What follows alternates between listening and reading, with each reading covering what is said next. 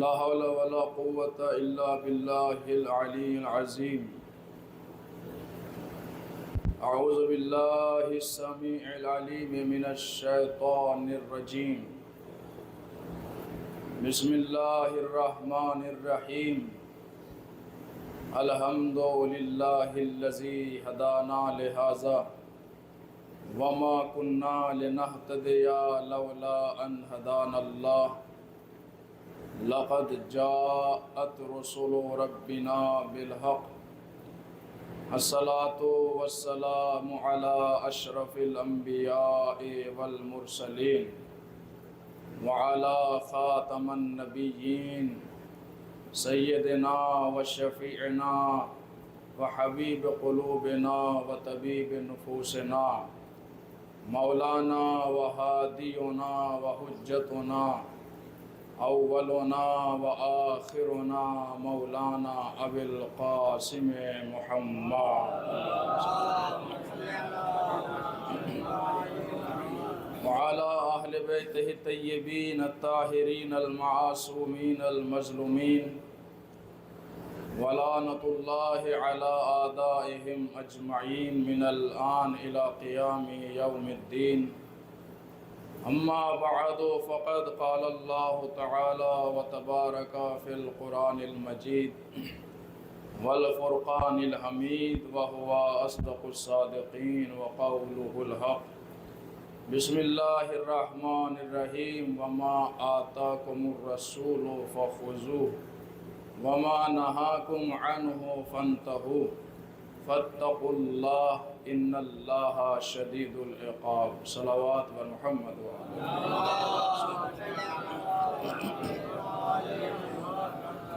معزز سامعین، برادران عزیز، بزرگان دین، نوجوانان قوم، خصوصاً سواران سید الشہداء، ماتمداران امام حسین، آپ کے سامنے سورہ الحشر کی آیت نمبر 7 کی تلاوت کا شرف حاصل کیا ہے.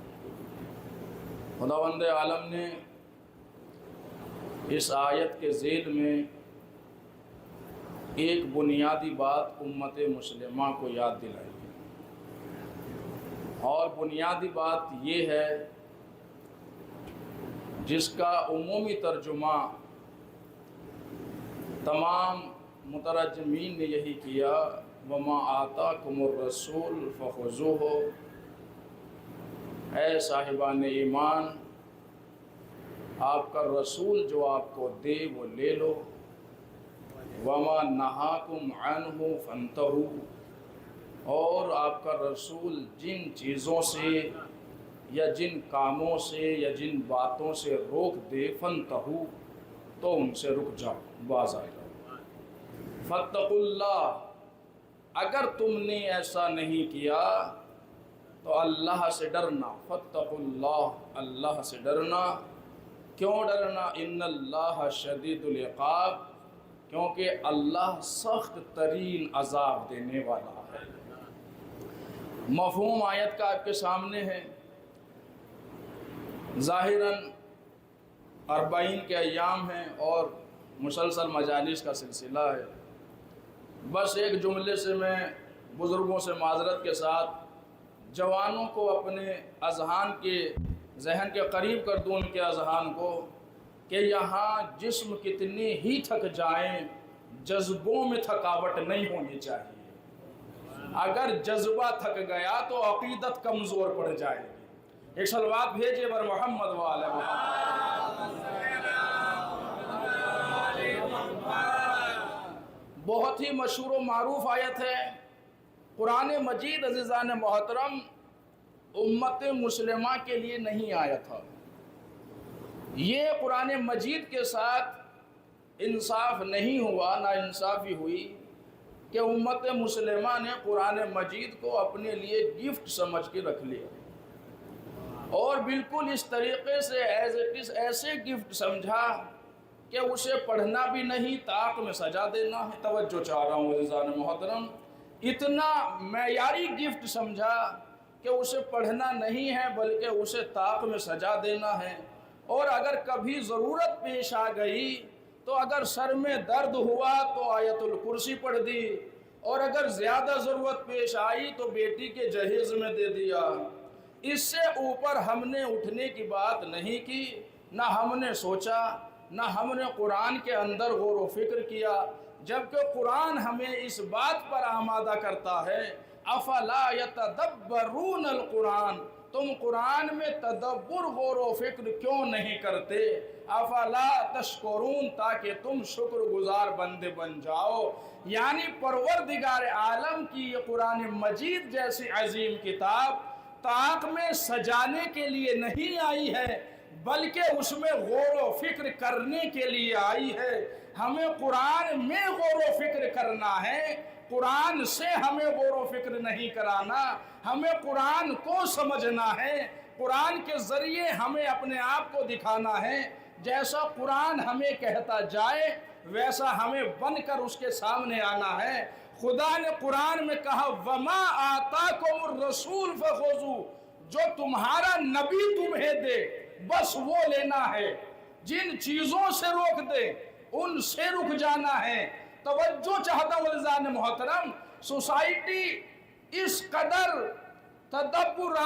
تدبرانہ اور معاشیانہ فکر کی کمزوری پر آ چکی ہے اور سطح پر آ چکی ہے کہ اب ہماری سوسائٹی میں قرآن سمجھنا تو دور، قرآن پڑھنے کے لیے ٹائم نہیں ہے، قرآن کو دیکھنے کے لیے ٹائم نہیں ہے۔ حالانکہ یہ وہ کتاب عظیم ہیں کہ اس میں لفظ کم ہوتے ہیں، مفہوم زیادہ ہوتا ہے، الفاظ کم ہوتے ہیں، عبارت کم ہوتی ہیں، معنی زیادہ ہوتے ہیں۔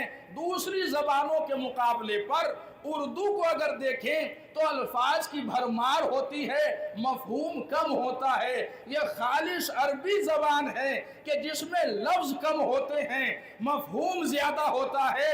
اگر سمجھنے والوں کو سمجھنا ہے تو وہ بے کے بائیں نقطے کو سمجھ جاتے ہیں، جو بے کے نیچے نقطہ لگا ہوتا ہے وہ ان کی سمجھ میں آ جاتا ہے۔ اور اگر نہ سمجھنے کی بات آئے تو پورا بقرہ یاد کرتے رہ جائیں پھر بھی بقرہ سمجھ میں نہیں آتا۔ ایک سلوات بھیجئے بر محمد و آل محمد۔ یہ قرآن مجید ہماری زبان نہیں ہے، یہ اللہ کی زبان ہے، یہ رسول اللہ کی زبان ہے، یہ خاندان رسول کی زبان ہے، یہ پروردگار عالم کی زبان ہے۔ اس کو سمجھنے کے لیے ہمیں اردو کی ضرورت نہیں، اس کو سمجھنے کے لیے ہمیں انگریزی کی ضرورت نہیں، اس کو سمجھنے کے لیے ہمیں میتھ سائنس کی ضرورت نہیں ہے۔ جتنی بھی لوچیاں ہیں ان کو اگر ہم قرآن کے مقابلے پر لائیں سمجھنے کے لیے تو ہم قرآن کو نہیں سمجھ سکتے۔ اس کے علاوہ دوسرا لمحہ فکریہ، اگر کسی کتاب سے قرآن کو سمجھیں تو ہم کتاب کے ذریعے بھی قرآن نہیں سمجھ سکتے، چاہے وہ کتنی ہی صحیح کیوں نہ ہو۔ ہم قرآن مجید کو کتاب کے ذریعے سے بھی نہیں سمجھ سکتے، حالانکہ اس کے برعکس قرآن کے ذریعے سے ہم ساری صحیح سمجھ سکتے ہیں، ساری غلط سمجھ سکتے ہیں۔ جو مباح ہے وہ بھی سمجھا جائے گا، جو واجب ہے وہ بھی سمجھا جائے گا، جو حرام ہے وہ بھی سمجھا جائے گا۔ یعنی قرآن ایک ایسا اتھینٹک سورس ہے کہ جس کا اول بھی ہمارا ایمان ہے، جس کے آخر پہ بھی ہمارا ایمان ہے۔ اسی لیے خدا نے سب سے پہلے قرآن میں کہا ذالک الکتاب لا ریب فیہ ھدی للمتقین، یہ وہ کتاب ہے جس میں شک و شبہ نہیں کیا جا سکتا۔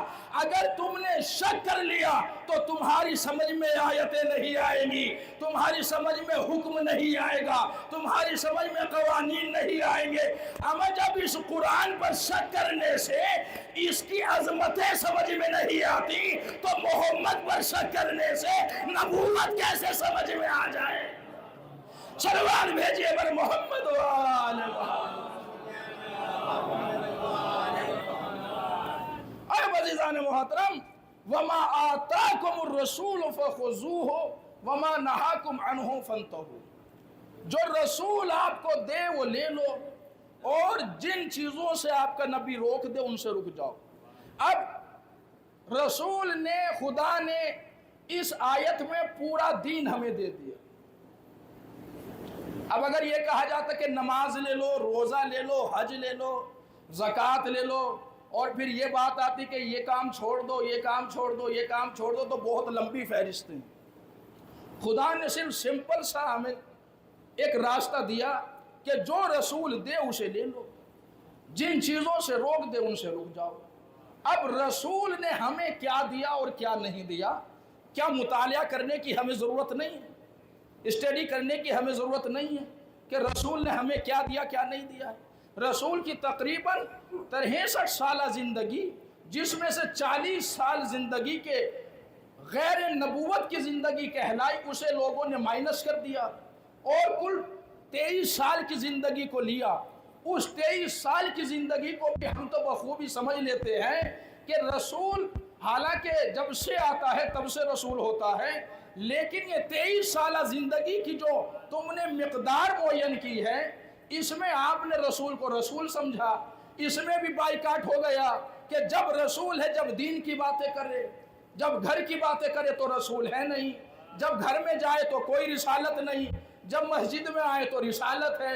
یہ کوئی مسجد کا ملا ہے جو مسجد میں آئے گا تو مولوی ہے، بازار میں جائے گا تو ہم جیسا ہے؟ بھائی یہ نبی کی بات ہو رہی ہے، اگر نبی احکام دیں گے تو نبی ہیں، معصوم ہیں، اور اگر احکام نہیں دیں گے تو غیر معصوم ہیں۔ پروردگار عالم نے آپ کو ہادی بنا کر بھیجا ہے، آپ کے درمیان ہدایت دینے والا بھیجا ہے، اور اس کے اوپر کاندھوں پر بہت بڑی ذمہ داری ہے، خاتم النبیین کا مصدر بنا کر بھیجا ہے، اور صرف یہ کہہ کر بھیجا کہ ما کان محمد ابا احد من رجالکم، محمد مردوں میں سے کسی کا باپ نہیں ہے۔ اور اگر محمد جب مردوں میں سے کسی کا باپ نے پھر کہا ولیکن رسول اللہ و خاتم النبیین، یہ اللہ کا رسول ہے، یہ آخری نبی ہے، تو جب آخری نبی ہے تو اس کی ذمہ داریاں زیادہ ہو گئی۔ جب ذمہ داریاں زیادہ ہوئی تو اس کے لیے خدا نے کہا کہ جو رسول دے وہ لے لو، جس سے روک دے اس سے رک جاؤ۔ اب بھی آنکھیں نہیں کھولیں گے مسلمان،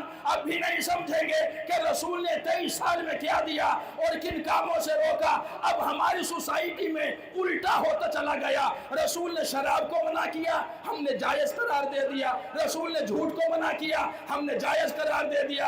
رسول نے غیبت کو منع کیا، ہم نے جائز قرار دے دیا۔ رسول نے دوسروں کے حقوق پامال کرنے کو منع کیا، ہم نے شوق سے کرنا شروع کر دیا۔ جو رسول منع کرتے چلے گئے وہ ہم سوسائٹی میں لاتے چلے گئے۔ جو رسول نے ہمیں دیا، نماز لے لو اس میں تمہاری فلاح ہے، روزہ لے لو اس میں تمہاری فلاح ہے، حج لے لو اس میں تمہاری فلاح ہے، ہم نے نماز کو چھوڑ دیا۔ کون پڑھے گا؟ کس کے پاس وقت ہے؟ کون اتنی اٹھک بیٹھک لگائے؟ کون سجدے پہ سجدہ کرے؟ روزہ اس لیے چھوڑ دیا کہ ہم بیمار ہیں، حج کرنے اس لیے نہیں جاتے، اللہ نے ہمیں دیا نہیں ہے۔ ارے سوچنے کی بات ہے، جو رسول تمہیں یہاں سے وہاں لے جانے کے لیے دے کر کے گئے تھے اسے ہم نے چھوڑ دیا، اور جن چیزوں کو وہاں پہنچنے کے غرض سے کہ مانے آ رہی ہے ان کو منع کیا تھا، ہم نے انہیں لے لیا۔ اب تب ہی تو دنیا کہہ رہی ہے تم دوسرے کو کافر کہتے ہو، وہ تمہیں کافر کہہ رہی ہے، ایک دوسرے کو کافر کہا جا رہا ہے۔ رزلٹ یہ ہے کہ تم نے اس چیز کو چھوڑا ہے جو رسول تمہیں دینا چاہ رہا تھا۔ رسول نے نماز دی، تم نے چھوڑ دی۔ رسول نے روزہ دیا، تم نے چھوڑ دیا۔ رسول نے امام دیا، تم نے چھوڑ دیا، اور بول کر نہیں بتایا، غدیر میں دکھایا بھی اور منہ سے بتایا بھی۔ اگر اس کو تھاما تو نہ یہاں گمراہ ہو سکتے نہ آخرت میں گمراہ ہو سکتے۔ صلوات بھیجئے بر محمد و آل محمد۔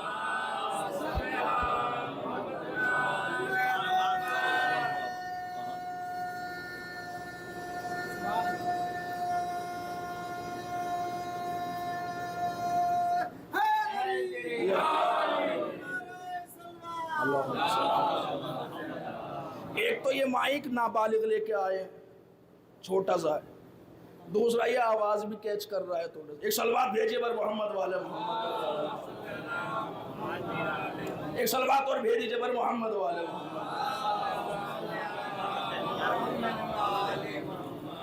ایک صلوات اور بھیج دیجئے بر محمد۔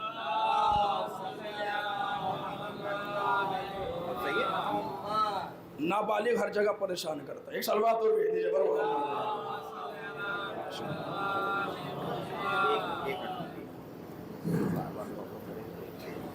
ایک صلوات اور بھیج دیجیے.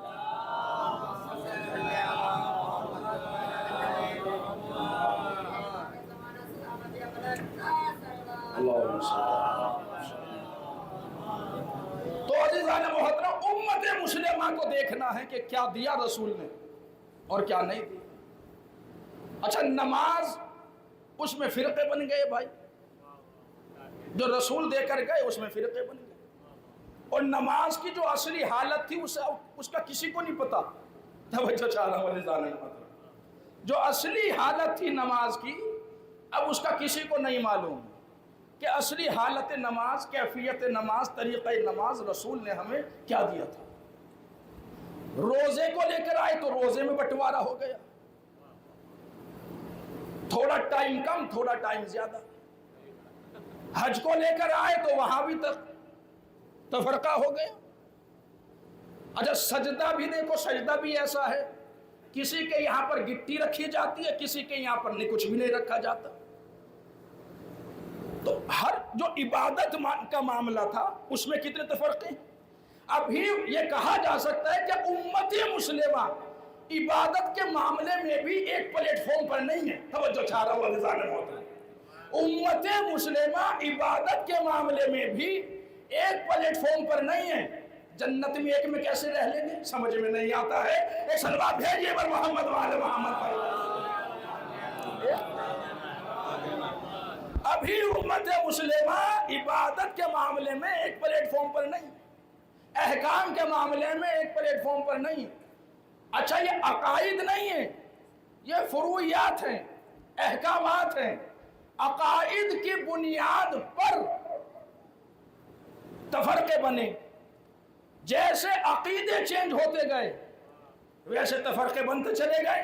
میں نے شاید کبھی کسی خدمت میں کبھی بات عرض کی تھی مجلس میں، ہمارے یہاں پر جو عقیدے امت مسلمہ میں امپورٹ ہوئے ہیں ان عقیدوں کی بنیاد پر تفرقہ بنتے چلے گئے. ایک صلوات بھیجے بر محمد والے محمد. تشریف لے آئے آگے. ایک صلوات اور بھیج دیجیے.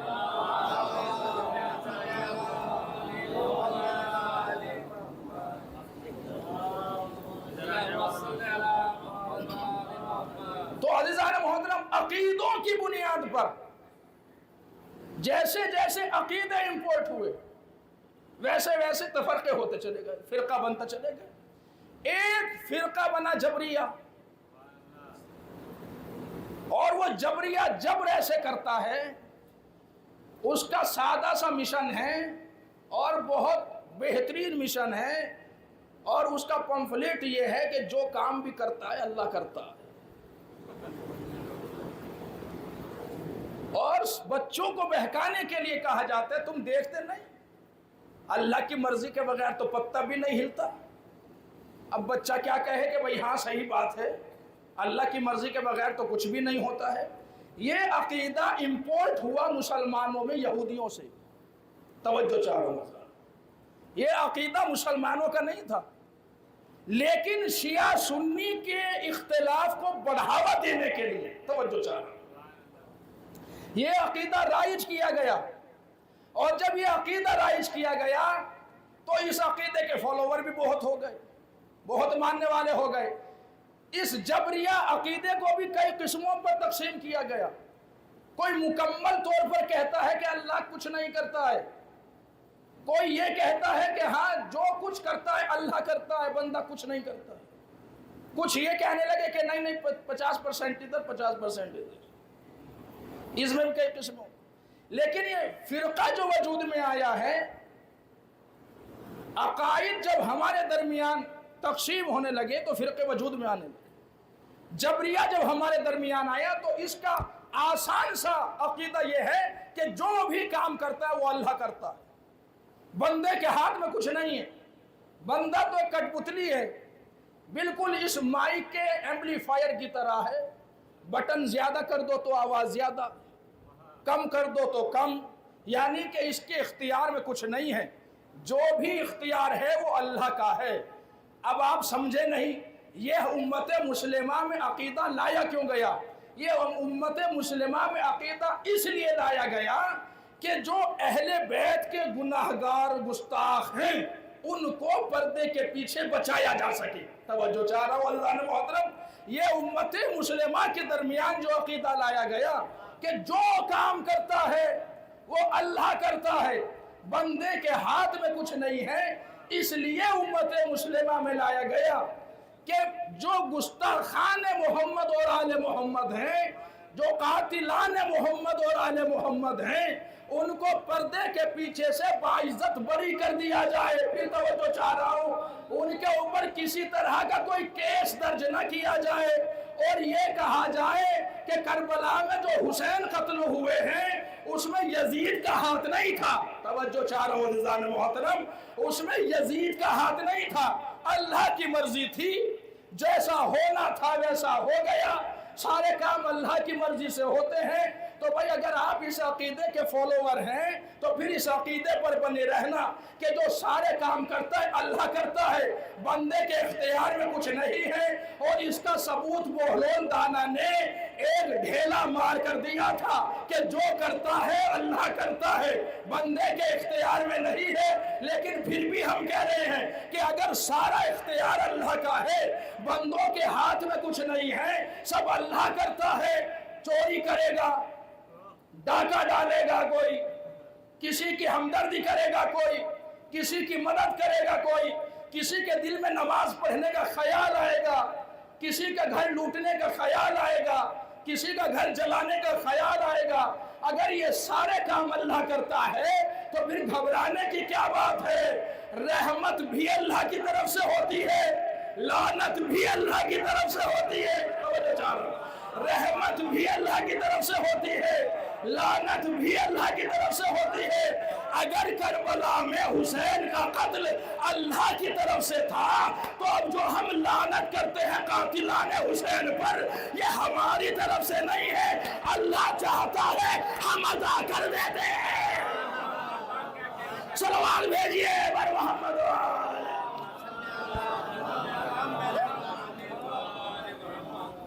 یہ سب کام اللہ کی طرف سے ہوتے ہیں، لیکن عزیزو جو رسول دے وہ لے لو،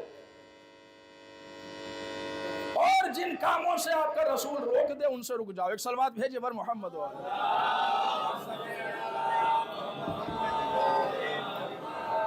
جن کاموں سے آپ کا نبی روکے رک جاؤ۔